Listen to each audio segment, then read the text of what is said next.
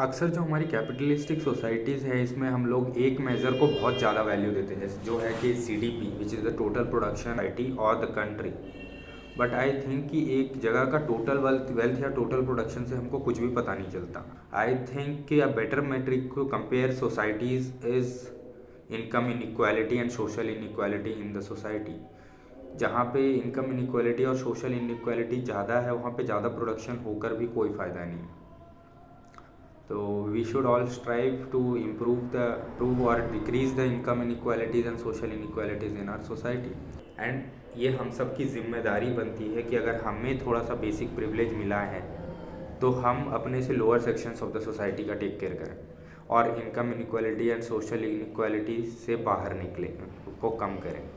तो आज का वीडियो इसके बारे में होने वाला है और हम ये भी बात करने वाले हैं कि कैसे इनकम इनइक्वालिटी या सोशल इनइक्वालिटी एक सोसाइटी के लिए बहुत डेंजरस हो सकती है। तो लेट्स गेट टॉकिंग। और सब्सक्राइब नहीं किया तो कर देना, ठीक है, मज़ा आता है। तो सबसे पहले तो ये बात कर लेते हैं कि लाइक सोशल इनइक्वालिटी या इनकम इनइक्वालिटी ख़त्म करना ये हम सब की जिम्मेदारी क्यों बनती है। कहने की बात ये है कि लाइक जो भी हम आज हैं, जो भी पोजीशन में हम आज हैं, जो भी हम पावर या वेल्थ होल्ड करते हैं या जो भी हमारी टैलेंट कैपेबिलिटीज़ या स्किल्स हैं, ये इसलिए हैं क्योंकि we were born in a family that could afford to give us a proper education. Maybe a lot of us are getting a good amount of generational wealth. मेरा पता नहीं अभी तक, but most of the people are gonna get a good amount of generational wealth, generational skills. We have generational contacts. अगर हमको jobs चाहिए, कुछ चाहिए, तो हमारे पास कॉन्टैक्ट्स हैं जो हमें रेफ़र करके देंगे, जो कि हर किसी के पास नहीं है। तो मेरा मानना ये है कि हमारी लाइफ में 95% चीज़ें ऐसी हैं जो कि हमारे एनवायरनमेंट, हमारे सोशल कंडीशनिंग और हमारी फैमिली की तरफ से आती हैं, और उसमें सिर्फ 5% या उससे भी कम ऐसी चीज़ें हैं जो हमारे एफर्ट्स के चलते आ रही हैं, हमारे मोटिवेशंस के चलते आ रही हैं। लाइक मोटिवेशनल स्पीचेस में अक्सर ये चीज़ बोली जाती है कि life is 5% what you get and 95% how you react. Motivational के लिए ये बहुत अच्छी बात है, बट इसमें कोई सेंस नहीं है। अगर एक्चुअली हम देखने लगे सही से, तो 95% चीज़ें ऐसी है जो हमको मिली हैं, क्योंकि हम एक ऐसी कंट्री में जहाँ पे हमारे पास इतने राइट्स हैं, हम ऐसी कंट्री में हैं जहाँ पे हमारी सोसाइटी हमको इतने अपॉर्चुनिटीज़ देती हैं, हम शायद ऐसी फैमिली में हैं जो अच्छा सा एजुकेशन अफोर्ड कर पाएँ, and this is a kind of privilege. सबको नहीं मिलता ये। लिटरली एकदम क्रिटिकली सोच के देखें तो 95% is the things that we have got in our life, and maybe even less than 5% is what we have given back to it. अगर हमारे पास कोई भी टाइप की प्रिविलेज है या हमारे पास कोई भी टाइप की सोशल या वेल्थ पावर है, हमारी ये जिम्मेदारी बनती है कि हम अपने से निचले तबके जो हमारे में हमसे कम इनकम्स पे हैं उनका टेक केयर करें और उन तक इनकम पहुंचाने के ज़रिए ढूंढें। और हमारी ये भी जिम्मेदारी बनती है कि हमारे पास जितना सोशल पावर है, हम वो सोशल पावर को अपने से निचले तबके, अपने से ऑप्रेस्ड कम्युनिटीज़ या फिर अपने से ऑप्रेस्ड लोगों की आवाज़ें उठाने के लिए इस्तेमाल करें। These things are not just recommended, and these things don't make you a good person. These things are your inherent responsibilities for living in a society and giving back to the society from where you got so much of things. तो I think ये बात clear हो गई होगी। अभी अब हम दूसरे पॉइंट की तरफ बढ़ते हैं। और ये फीलिंग जो जनरली लोगों में होती है कि हमारे पास जितना वेल्थ है, जितना पैसा है, हम ये चीज़ कम्प्लीटली डिज़र्व करते हैं और ये सिर्फ हमारी हार्डवर्क के चलते हैं। हम ये चीज़ों को, हमारे पास जो भी चीज़ें हम उनको ओन करते हैं पूरा का पूरा। आई थिंक ये बहुत ही मिस इन्फॉर्म्ड स्टेटमेंट है। मुझे पता है कि आप लोगों ने बहुत हार्डवर्क किया होगा, मैं भी करता हूँ, ऐसा नहीं, बहुत हार्डवर्क किया होगा अपने स्किल्स या फिर अपने वेल्थ को गेन करने के लिए। बट अगेन बात ये आती है कि बहुत लोगों को तुम्हारे जितनी अपॉर्चुनिटीज़ भी नहीं मिली, तुम्हारे जैसा एनवायरनमेंट ही नहीं मिला कि वो लोग ऐसा कर पाएँ। और एनवायरनमेंट की बातों में सिर्फ वेल्थ नहीं आता, बहुत चीज़ें आती है। Wealth, contacts, good education system, a good society, a good healthy family, सबको नहीं मिली हैं ये चीज़ें। तो आप ऐसा कहना कि आपके पास जो भी चीज़ है आप उसको 100% डिज़र्व करते हो या फिर 100% ओन करते हो, ये चीज़ एक तरह से बहुत ही मिस इन्फॉर्म्ड स्टेटमेंट है। I am not trying to downplay any one's hard work and telling कि हार्ड वर्क नहीं करना चाहिए, बट एक तरह से हमारे पास जो भी चीज़ें हैं उनके पीछे सोसाइटी और अपने हमारे एनवायरनमेंट और हमारी फैमिलीज़ का कंट्रीब्यूशन बहुत ज़्यादा है। और फिर कुछ लोग ये भी कहते हैं, हाँ ठीक है, फिर मेरे बाप ने कमाया, मेरे बाप ने बचाए पैसे। हाँ ठीक है, पर तुम्हारे बाप के पॉइंट ऑफ व्यू से भी सोचो तो तुम्हारे बाप को भी तो फिर इतने सारे कंडीशंस मिले। And now let's get to the second part of the video, जो कि मेन पार्ट है, जिसमें मैं ये बताना चाहता हूँ कि कैसे इनकम इनइक्वालिटी एक सोसाइटी में या सोशल इनइक्वालिटी एक सोसाइटी में सबके लिए डेंजरस है और पूरा ओवरऑल सोसाइटी का क्वालिटी ऑफ लाइफ को डिक्रीज कर देता है। एंड दूसरी बात ये भी होती है कि कैसे इनकम इनइक्वालिटी या सोशल इनइक्वालिटी को डिक्रीज करना is good for even the upper class in the society. And upper class मतलब ये नहीं कि सिर्फ अपर क्लास अंबानीज, नहीं, everyone is an upper class for the people below to you. ये पूरा ऐसा क्या कहते हैं ग्रेडेड सिस्टम है, ऐसे A to Z, ये ऐसा नहीं है कि ABC, बस वैसा नहीं है, ग्रेडेड सिस्टम है पूरा। तो इसमें इस सोसाइटी में हम सब एक फैमिली सोसाइटी एक कंट्री में हैं, बट एट द एंड हम सब एक इंडिविजुअल हैं, हम सब एक इंसान हैं और हम सबको जीने का हक है। और हक नहीं भी है तो हमको जीने का मन है। We will do everything to survive और we will do everything to increase our standards of living. अगर हम लोग बहुत ही नीचे हैं तो अगर आप एक तरह से देखो तो एक इंसान जो ऐसी जगह पे पैदा हुआ है जहाँ पे उसको कोई अपॉर्चुनिटीज़ नहीं मिल रहे हैं, जहाँ वो रोज़ जॉब के लिए सर्च कर रहा है, रोज़ बोल रहा है मुझे वेटर ही बना दो, बट उसके कपड़े इतने गंदे हैं, उसके बोल चाल का तरीका इतना गंदा है, कोई उसे वेटर का जॉब भी नहीं दे रहा है, या फिर वेटर के जॉब्स भी फील्ड हो सकते हैं, या फिर कोई उसको बर्तन धोने का काम नहीं दे रहा, कोई उसको ये नहीं बोल रहा कि भाई तू मेरे कार साफ़ कर दे, 200 रुपये ले ले।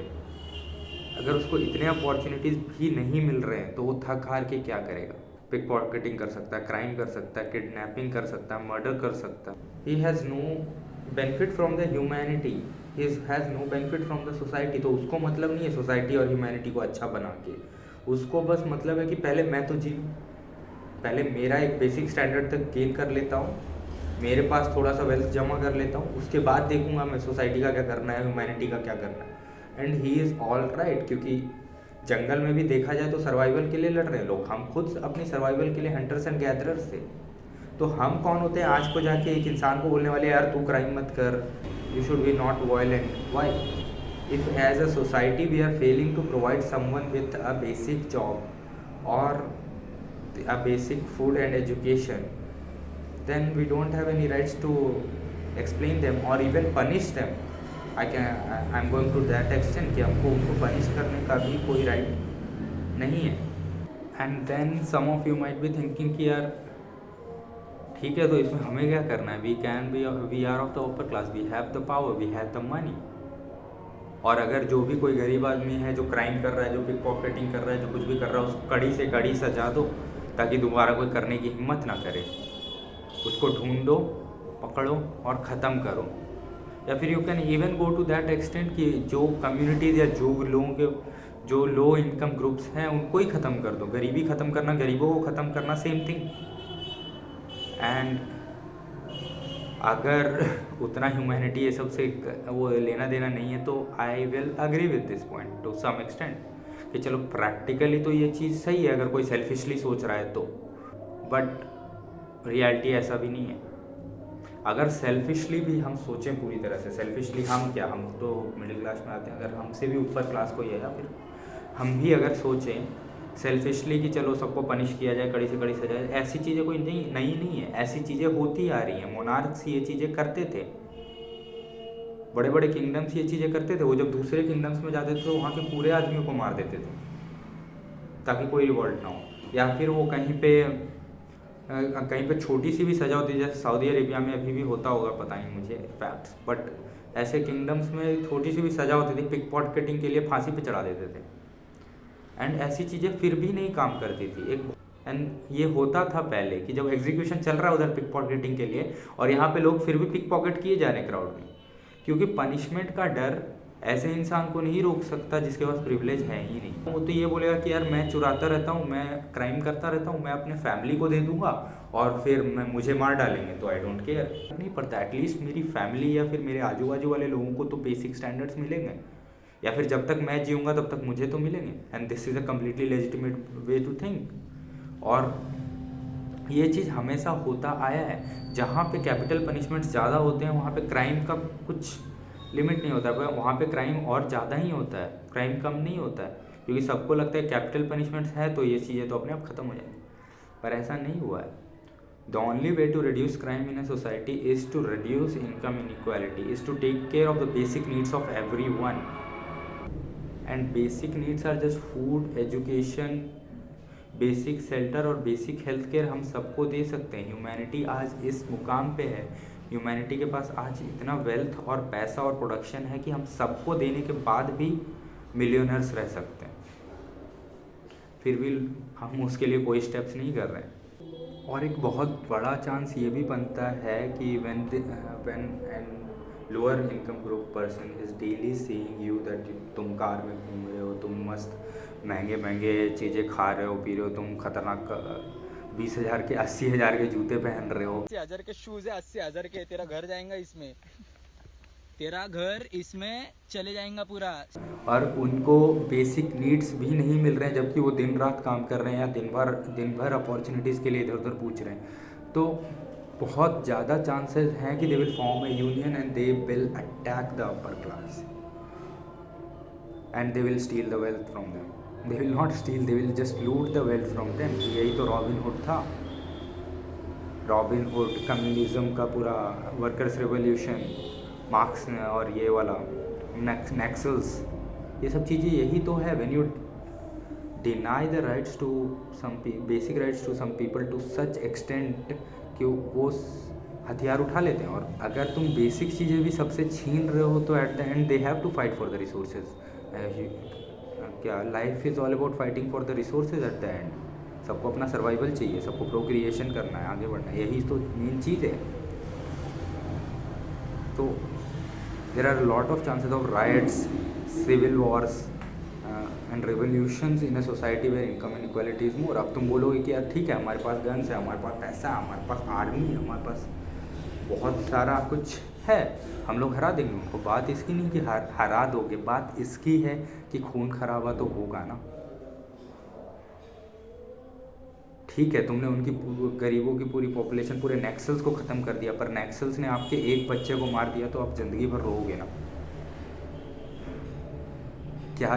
या फिर आप स्कोर काउंट करोगे, हाँ हमारे 2 बच्चे मारे हैं, हमने उनके 6 मारे हैं, वी वेन, कॉन्ग्रेचुलेशंस, शैम्पेन। ऐसे तो नहीं करोगे ना, तुम्हारे 2 बच्चे भी तो मैटर ही करते हैं।